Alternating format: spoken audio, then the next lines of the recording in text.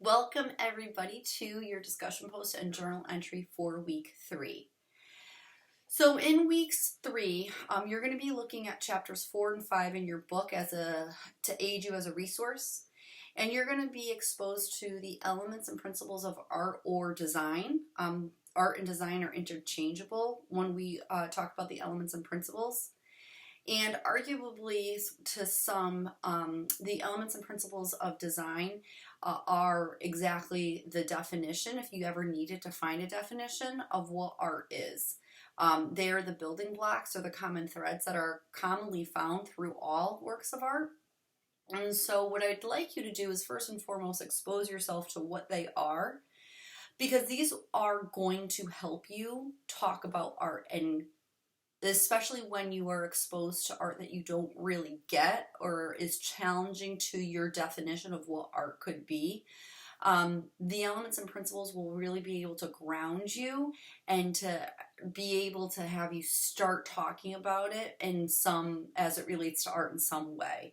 I find that when I teach the art appreciation courses here at Tungus Community College, and also when I teach elements and principles of design at the high school that I work at, once my students across both spectrums are introduced to the elements and principles of design, when they're exposed to more challenging situations of what art is or how they can accept art to be, they find that knowing these elements and principles really will help them.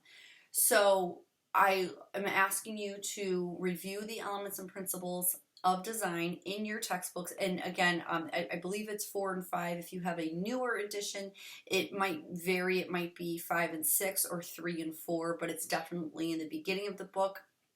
And it will, the chapter headings will be elements and principles of art or design.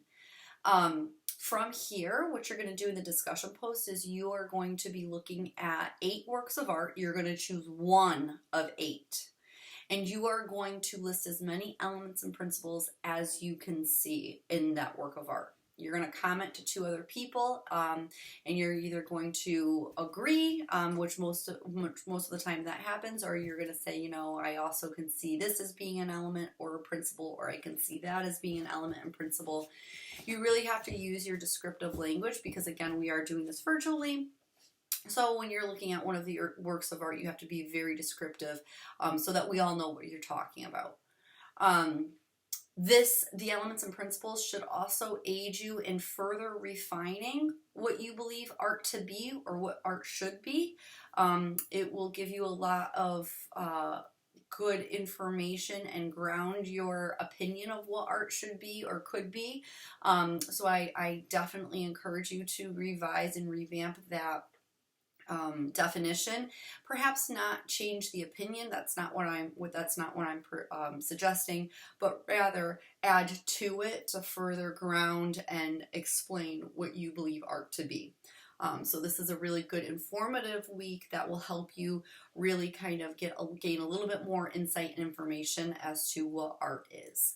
The journal post that you are going to be writing to this week is also going to have you sort of asking questions, philosophical questions about the elements and principles, because as clear-cut as they seem to be, they are still controversial depending upon where your opinion lies as to the creative process and your acceptance and appreciation of what art is currently. It is very, very intentional that we are doing this in the first weeks of this course because, again, this is all of those building blocks that we are adding before we are actually looking at artwork. So first and foremost, you start getting a little bit more comfortable because you have a little bit more knowledge. And then also it's really further helping you to really dig your feet in the ground and really give you a solidified definition. If you have any questions, please let me know. Along with the resource in your book for chapters 4 and 5 for the elements and principles of design, I've also given you a couple of resources within Blackboard, within this assignment or discussion post assignment section that you could use as well. And so all you have to do is just simply click on the assignment section and you'll see all of those videos and resources, because I think I also have some resources up there as well. So Please let me know if you have any questions, and I look forward to all of the information I'm going to read this week from all of your varied perspectives.